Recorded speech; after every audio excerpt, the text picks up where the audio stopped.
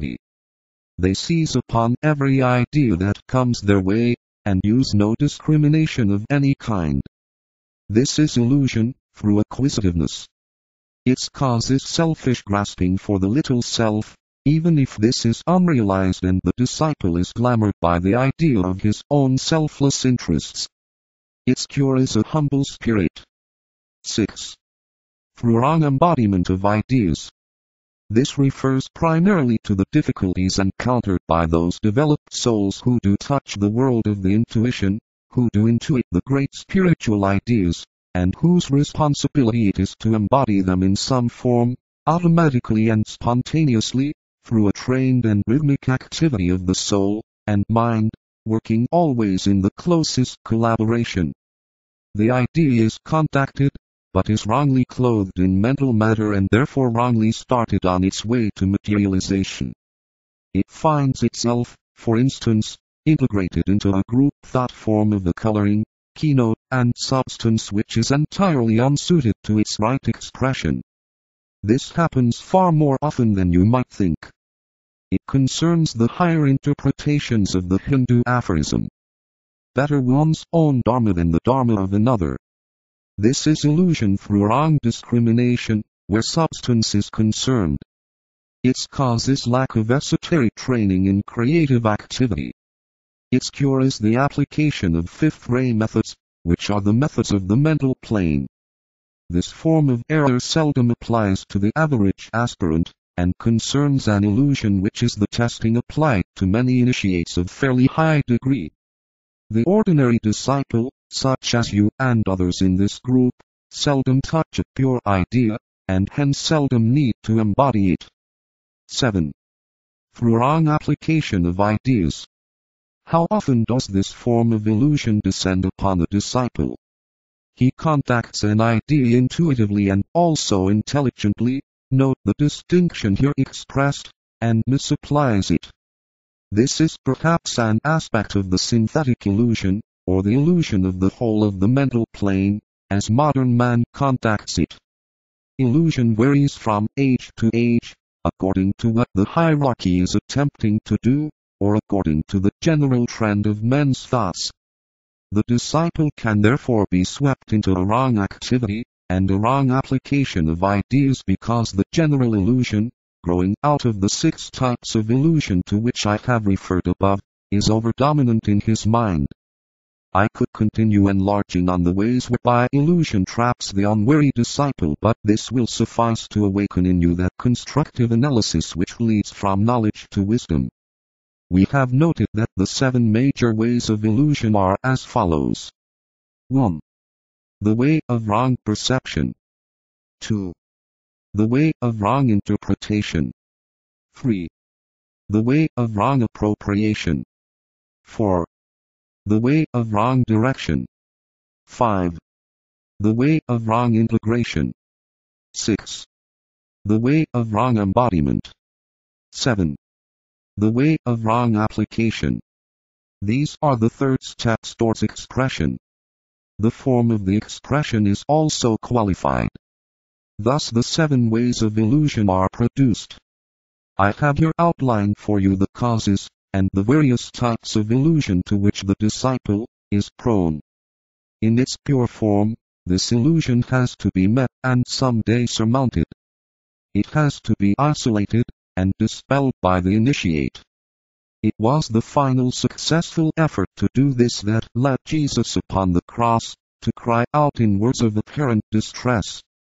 He then finally dissipated the illusion of the personal, objective deity. At that moment, he entered fully into the consciousness that he was himself God, and not else.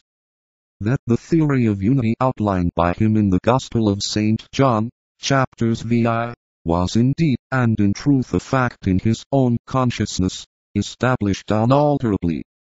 Yet, nevertheless, in this infinite and supreme realization, there entered for a moment a sense of loss and of negation, forcing from his dying personality that tremendous utterance which has bewildered, and at the same time comforted, so many.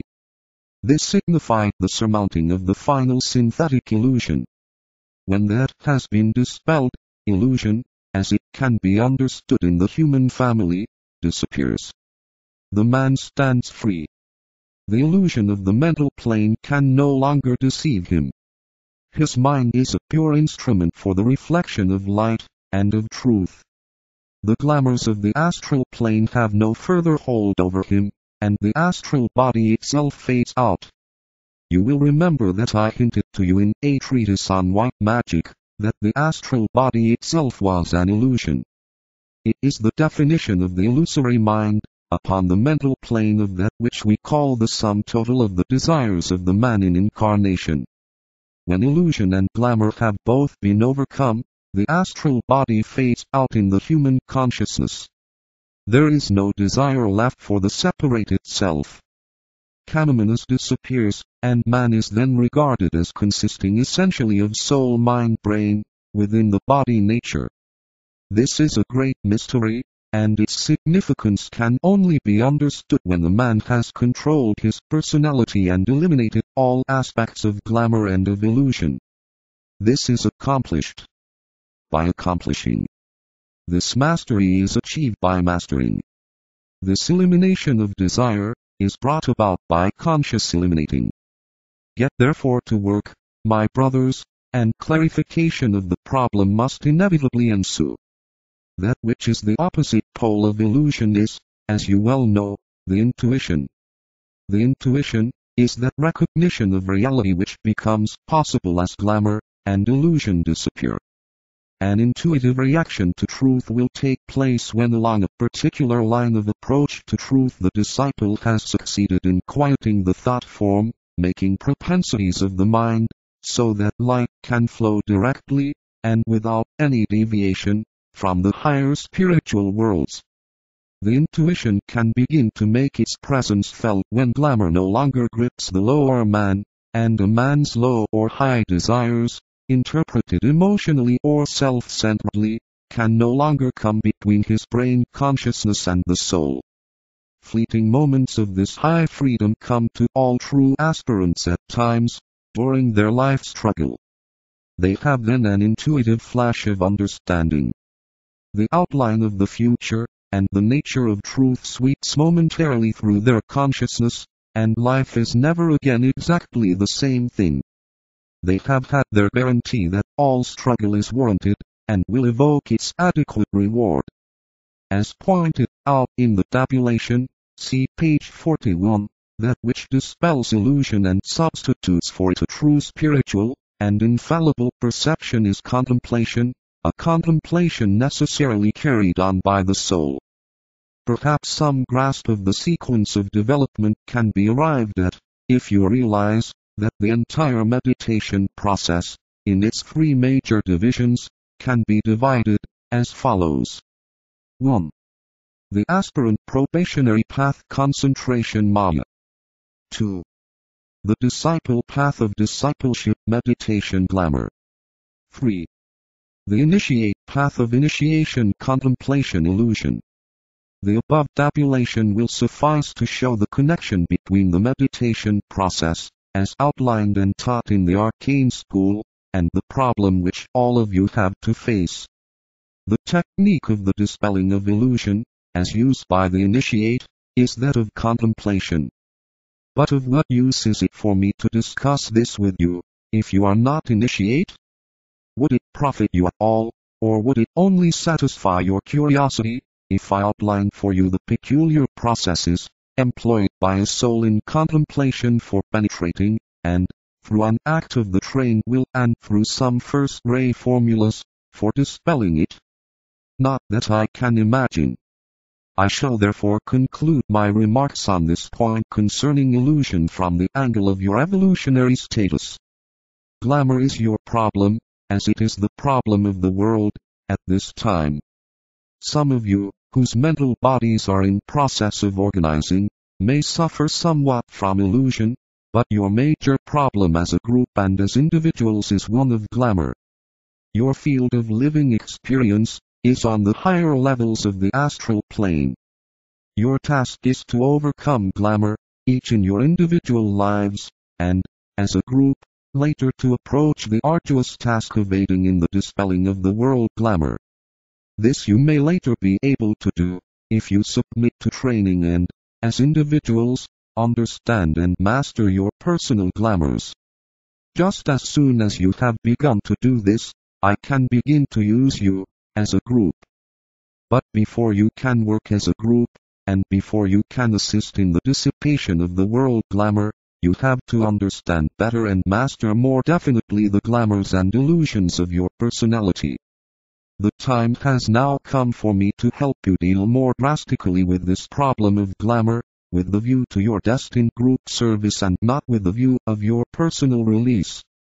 I ask you to set to work, therefore, with fresh courage and determination, and with fresh understanding. And to carry on for another year. Will you bend your effort to the task? For task it is. 2. Glamour on the astral plane. Glamour. I have dealt with the problem of illusion, or glamour on the mental plane. I dealt with it succinctly and briefly, pointing out that it is not primarily the major problem of this group of aspirants, but that they, along with the world aspirant, humanity, are primarily occupied with glamour. Those aspirants who stand in the forefront of humanity, and whose task it is to confront the world glamour and forge a way through it, have the task of releasing soul energy and mind potency. Among these pioneering souls you should take your stand, realizing the magnitude of the opportunity and the imminence of the hour of release. You stand on the verge of accepted discipleship. This means that you will shortly have to add to your battle with glamour that of the battle with illusion. Are you strong enough for this?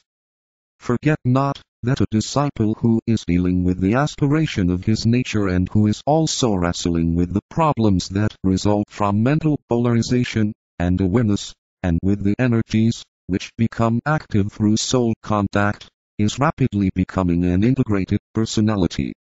His task is not therefore easy, and calls for the focused activity of his best self. By that phrase, I mean the soul and the aspirational personality. Already you are battling somewhat with the illusion of ideas with which I dealt in my last instruction. You are thus beginning to develop that discrimination, which will lead to right choice of life themes.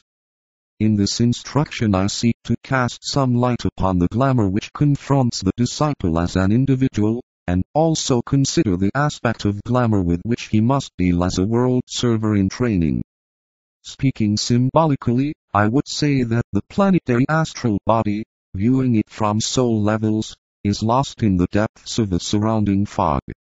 When at night you look out at some clear sky, you see the stars and suns and planets shining with the clear cold brilliancy and with the twinkling, blazing light which penetrates for many millions of miles, or light years as they are called, until the human eye registers them and records the existence of these shining stars.